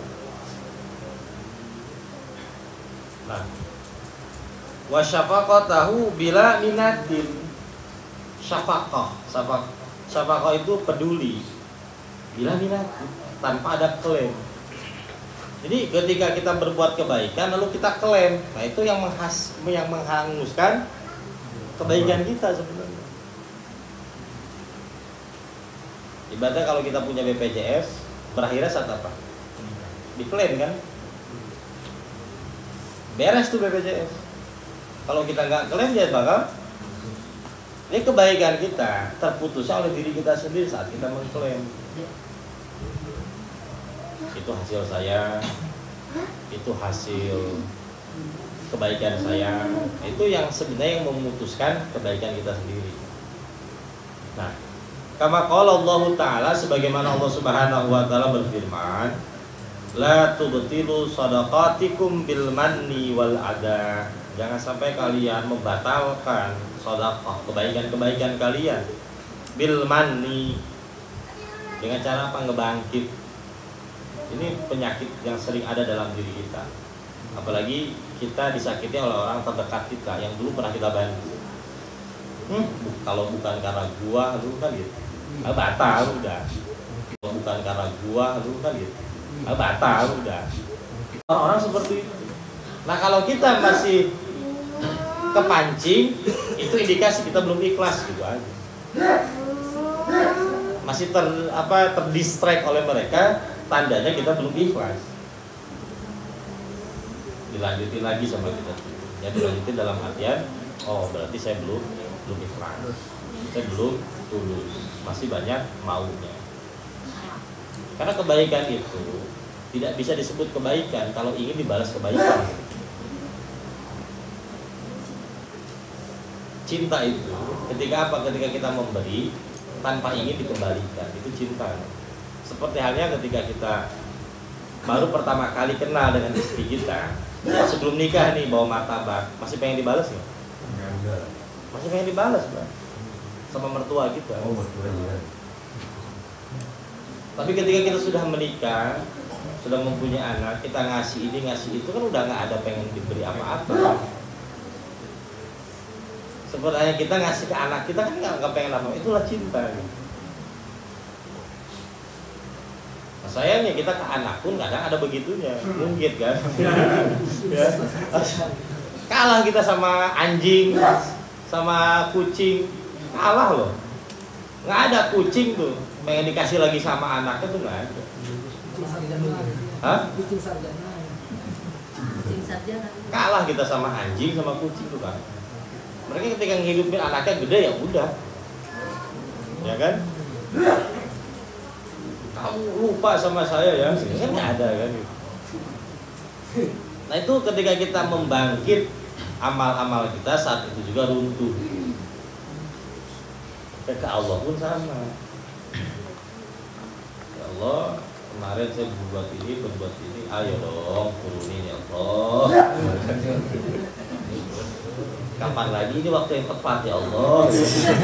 Kita pantas ya. Sudah pantas ya Allah. Sudah pantas kaya ya Allah. Gitu. Ya. Saya sudah capek ya Allah hidup begini, udah pantas kayaknya saya kaya ya Allah. Itu batal berarti juga sebenarnya. Nah, wala qalbu iwadin fid dunya, jangan meminta kepada Allah iwad. Iwad itu pengganti di alam dunia. Jangan, karena itu terlalu remeh. Wajah min kismil infaq, ini adalah bagian dari infak. Apa bedanya infak dengan sedekah? Sedekah itu sesuatu yang tidak terbatas berupa kebaikan-kebaikan. Kalau infak adalah sesuatu yang bersifat materi saja. Infak dengan sedekah itu beda di situ. Fisabilillah, di jalan Allah Subhanahu wa taala. Nah, ayat ini harus jadi renungan kita semua. Lan tanalul birra hatta tunfiqu mimma tuhibbun. Lan tanalul birra, tidak akan sampai albir, kebaikan kepada Allah hatta tarful ghayah. Sampai kapan? Tunfiqu mimma tuhibbun, sampai kalian menginfakkan apa yang paling kalian cintai. Jadi pertanyaan, apa yang paling kita cintai? Apa yang paling kita cintai? Jawab. Apa yang paling kita cintai? Tadi bisa jawab nggak? Diri sendiri. Yourself, diri kita sendiri. Ego kita sendiri itu sesuatu yang paling kita cintai. Kita menikah, bisa jadi kita menikah dengan imajinasi gitu. Kamu harus begini. Sebenarnya kita sedang mencintai ego kita sendiri. Jadi yang paling kita cintai adalah diri kita sendiri. Nah kalau kita berbuat kebaikan, kata Allah, lan tanalul birra hatta tunfiqu mimma tuhibbun. Tidak akan sampai kebaikan itu sampai kalian menginfakkan apa yang kamu cintai, apa ego kita. Jadi kita menyembelih ego yang 7 itu, syahwat, ujub, itu kan sesuatu yang kita cintai itu, sembelih. Lalu ketika kita sudah mampu menyembelih, kebaikan itu akan sampai kepada Allah. Dan kita menjakatkan atau menginfakkan, mensedekahkan sesuatu yang kita cintai, itu secara syariatnya. Nah, secara hakikatnya menginfakkan yang paling kita cintai adalah diri kita sendiri. Karena kalau kita tidak mau menginfakkan sesuatu yang kita paling kita cintai, akan langsung dicabut, diambil oleh Allah, itu pasti, nggak pakai lama. Dengan cara apa? Dengan cara musibah. Jadi musibah itu sebenarnya adalah tazkiyatun nufus, pembersih jiwa. Karena saking parahnya kita, ya, harus dioperasi. Nah itu operasinya itu berupa musibah. Nah sebelum dioperasi sama Allah nih, ya, keluarin dulu dari sekarang. Karena kalau udah dioperasi nggak bisa nolak, dibius kita sama Allah. Dengan apa? Dengan faktor dibiusan. Nggak bisa kemana-mana kan? Kayak orang dibius, dia kan meronta-ronta, pada akhirnya apa? Diem. Pada akhirnya dia menerima doang kan? Kita menjadi target tajali. Nggak bisa ngapa-ngapain. Nah sebelum itu terjadi, ayo sekarang sedekahkan sesuatu yang paling kita cintai.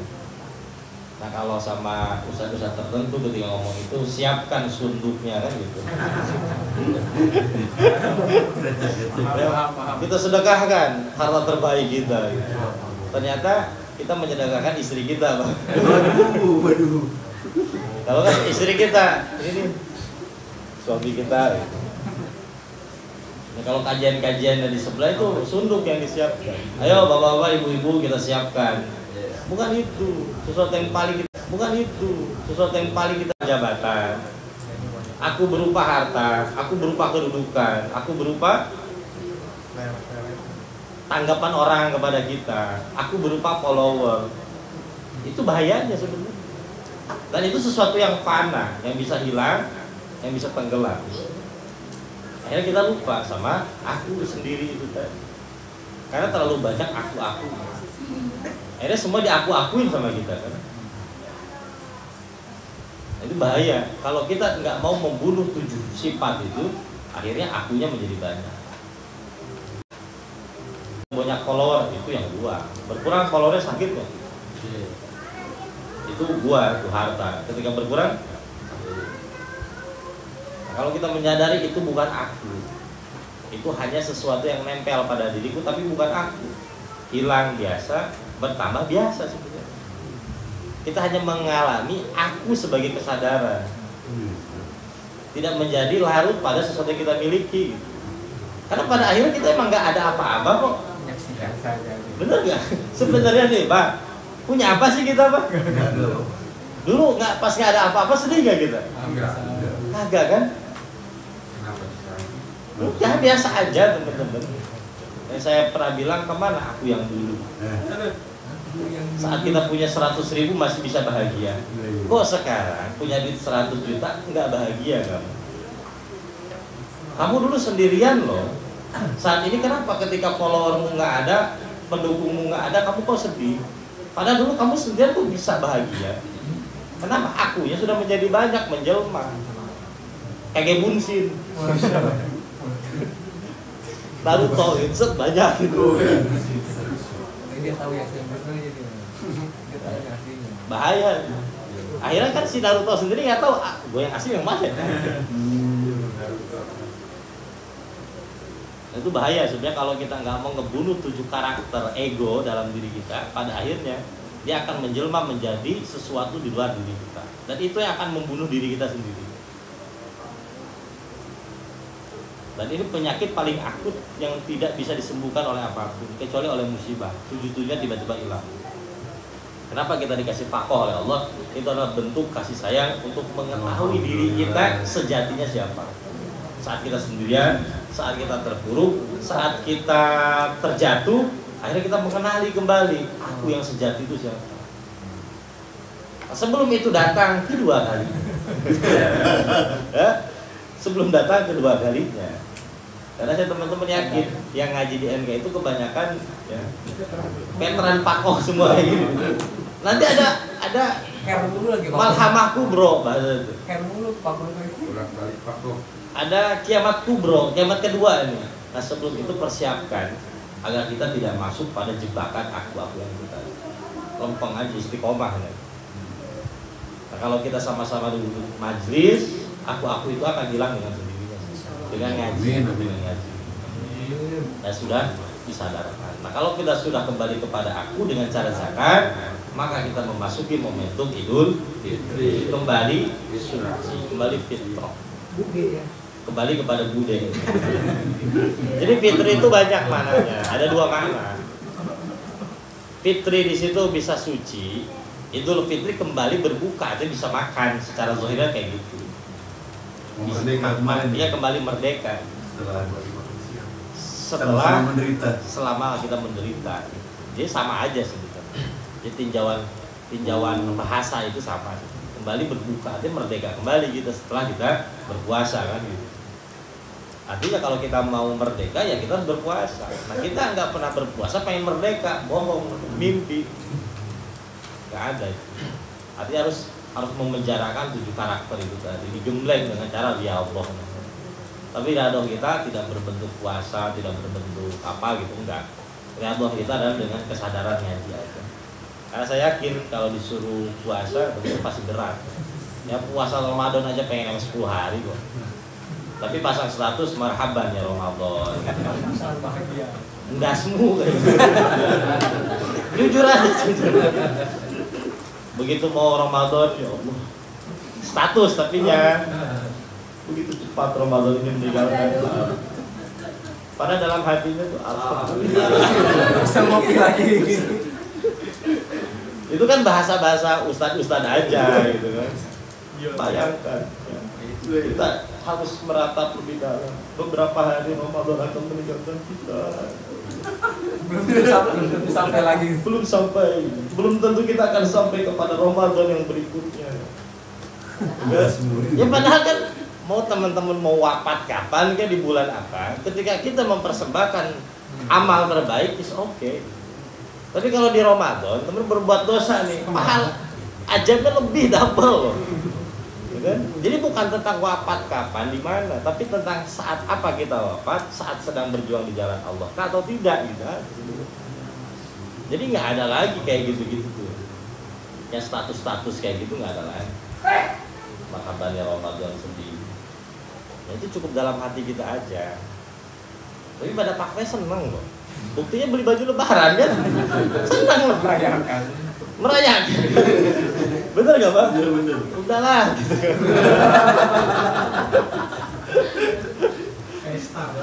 Pesta.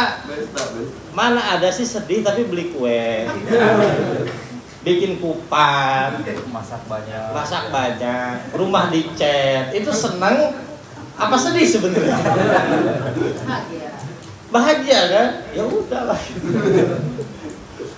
Bahkan karena pengen dikatain pengen biar dikatain taat dan soleh aja gitu kan, kita masang status kayak gitu, biar setara gitu ya. Tapi pada faktanya kan memang seperti itu. Mudah-mudahan banyak manfaatnya, yang mudah-mudahan banyak faidah yang bisa kita dapatkan pada malam hari ini. Memahami dan resapi. Ya sebelum ditutup, kalau ada yang mau bertanya monggo silakan. Besok yang itu minta ada yang nanya nggak?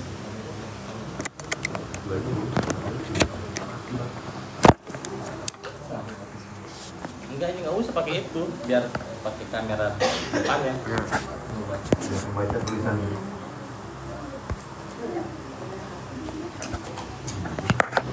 Jadi jangan lupa zakat syariat ataupun zakat zakat. Nah ketika kita zakat syariat, kalau sudah mempunyai pemahaman kayak gini, beda nanti zakatnya. Ya ada pemaknaan lebih gitu. Ada pemaknaan lebih insya Allah.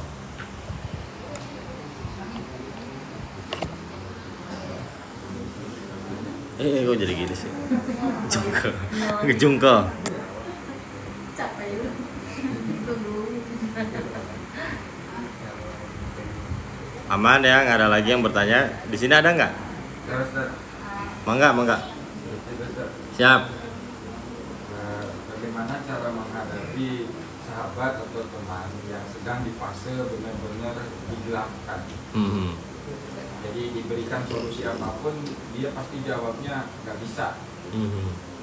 Nah itu kadang-kadang gimana ya ngadepin? Karena pakai cara apapun memang benar nggak bisa sebenarnya. Aja ikut merasakan apa yang mereka rasakan. Jadi beda antara justification dengan empati, beda. Kalau justifikasi kita ngasih arahan, wah kamu masalah baru segitu, ya itu masalah kecil, gitu. Itu namanya justifikasi. Kalau empati adalah ikut masuk pada perasaan mereka, lalu kita hanya mendengarkan aja, tidak mengasih masukan apa-apa karena mereka nggak butuh. Seperti halnya orang berada dalam kegelapan, mereka butuh makan nggak? Mereka butuh duit nggak? Yang mereka butuhkan apa? Cahaya. Nah cahaya itu awalnya dari apa? Dari empati. Dengerin aja, jangan dijustifikasi. Ngaji nggak usah, mereka nggak butuh. Mereka nggak butuh, dengerin aja. Ya, kasih kopi, kasih rokok, ngobrol aja. Transfer. Kalau dia transfer itu lebih cepat. Dengerin aja, dengerin. Terima kasih. Siap, sama-sama. Kayak istri kita nih ngomel-ngomel, mereka tuh nggak butuh apa-apa, cuman butuh duit sebenarnya. Ya kan? Dengarkan ketika mereka marah-marah, udah ketika ngomong terserah kamu, nah itu udah bahaya. Artinya dengerin aja, mereka tuh cuman pengen dipeluk, didengar, nggak butuh apa-apa. nggak butuh dinasehatin ya. Kamu tuh harus bersabar, makin manja. Atau kita dengerin ceramah bareng, itu makin manja. Tuh, dengerin Ustaz. Ya gitu. Tuh, dengerin Ustaz tuh. Iya benar. Kayaknya merasa dibela dah. Besoknya gak usah ngikut gitu. Hah? Malah ke sini kalau berani. Hadap sini coba. Oh iya, di sini. Malah ke sini kalau berani. Hadap sini coba. Oh iya, di sini. Oh, Apa namanya itu akhlak nantinya. Ustaz tadi sempat mau saya tanyakan yang katanya amalan atau apa yang dihitung setelah kita ada kesadaran. Nah, kalau sampai kita innalillahi tutup usia nggak ada kesadaran gimana? Ya udah kan Innalillahi ada jannah, nggak punya apa-apa dong. ada surga. Kan digambarkan oleh Rasulullah juga kan tentang orang-orang muflis, tentang orang-orang yang ya ibaratnya masuk ke dalam neraka gitu. Ya kan? Tempat kembalinya tuh itu. Dan sebenarnya neraka juga adalah tempat di mana pembersihan. Jadi bukan sesuatu yang bagi kita kan neraka itu sesuatu yang menyakitkan. Tapi sebenarnya neraka itu kalau dipandang secara kacamata hakikat dia adalah tempat pembersihan. Seperti hanya setim motor, mobil, yang kotor-kotor dihilangin kan? Kalau udah bersih kan dimasukin ke rumah gitu. Saya itu alat apa ya? Tempat pembersihan itu adalah rahmat Allah juga. Jadi rahmat Allah juga sebenarnya neraka itu. Cuman melalui proses yang panjang dulu, tinggal kita milih gitu. Kan kita pengennya langsung ke transit dong. Karena di alam dunia itu udah banyak penderitaan kan kita. Yang celaka lagi kita masuk surga sama istri kita, Bah. Iya lagi. Ya lu lagi. ngapain di sini? Ya bisa bercanda itu, bercanda ya. Karena nanti kalau di surga itu istri kita jadi cantik, jadi muda lagi. Lu di neraka. Surga.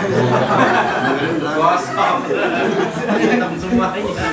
Kupingnya kurang empatinya kurang saya. Empatinya kurang.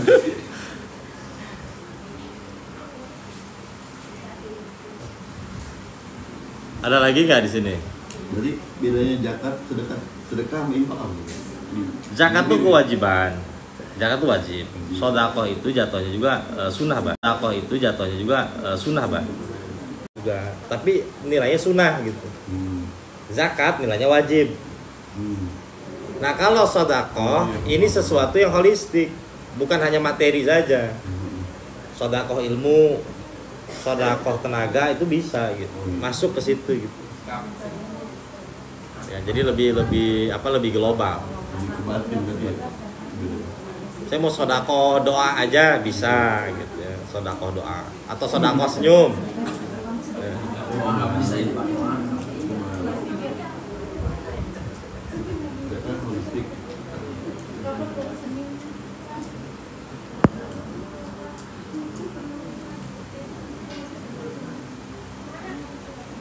Ustaz bertanya terkait menyebut amal, beda konsepnya yang dialami Ashabul Kahfi.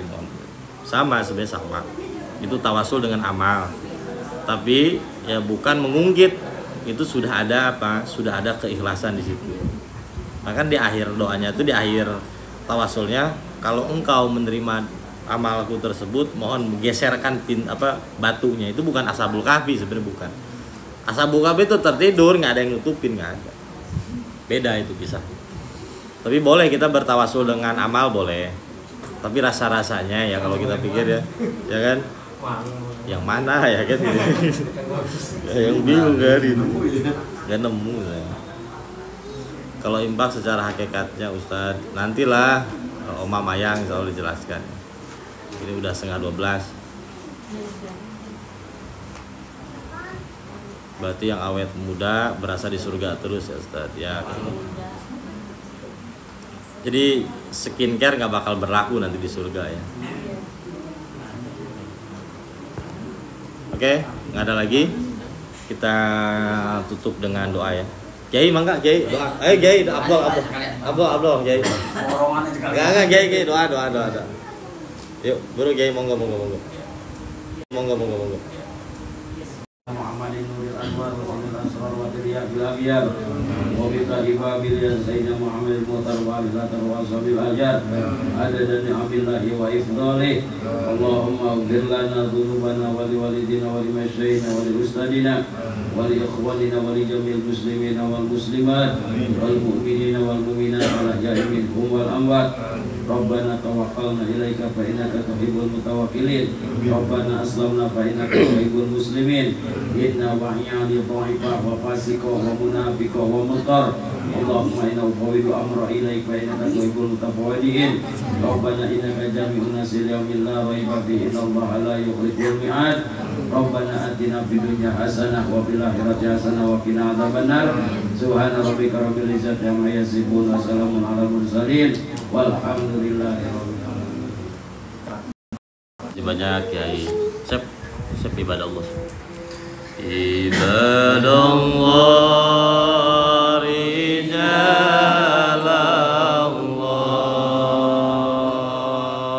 agisuna li ajlillah wa kunu lana lillah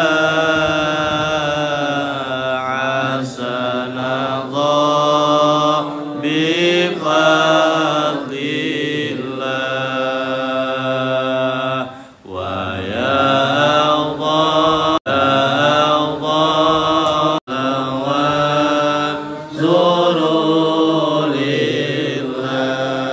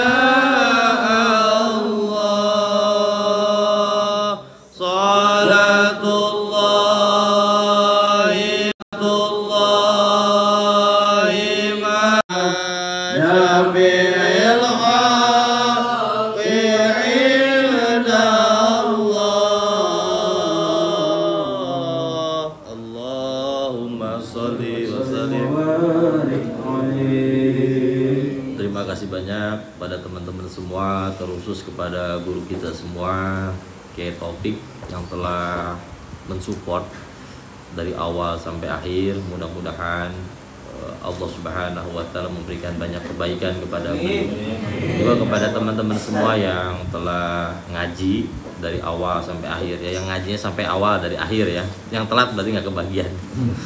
Ya mudah-mudahan kita semua senantiasa diberikan istiqomahan oleh Allah Subhanahu wa Ta'ala, oleh Allah Subhanahu wa Ta'ala. Allah berikan rezeki yang melimpah. Ya, sekali lagi kita haturkan banyak terima kasih kepada Kiai Taufik ya, luar biasa beliau udah jadi kiai, udah banyak murid tetap mau ngaji ya. Ini yang bodoh nggak mau ngaji, Allah Akbar ya. Jadi beliau sebagai percontohan bagi kita semua, ilmu itu nggak ada lah nihayata, nggak ada ujungnya. Dan ini sudah dicontohkan oleh guru kita semua, Taufik. Dan insya Allah nanti badal Id kalau sudah terbentuk yayasan, nanti kita ngajinya lebih padat lagi. Ada fikihnya, ada tafsirnya, ada nahwu sorobnya gitu ya. Nanti salah satunya kita minta bantuan beliau untuk mengajarkan nahwu dan sorob pada kita semua. Ya, mudah-mudahan beliau sehat-sehat. Amin. Ya wallahul muwaffiq ila aqwamit thoriq. Wassalamualaikum warahmatullahi wabarakatuh.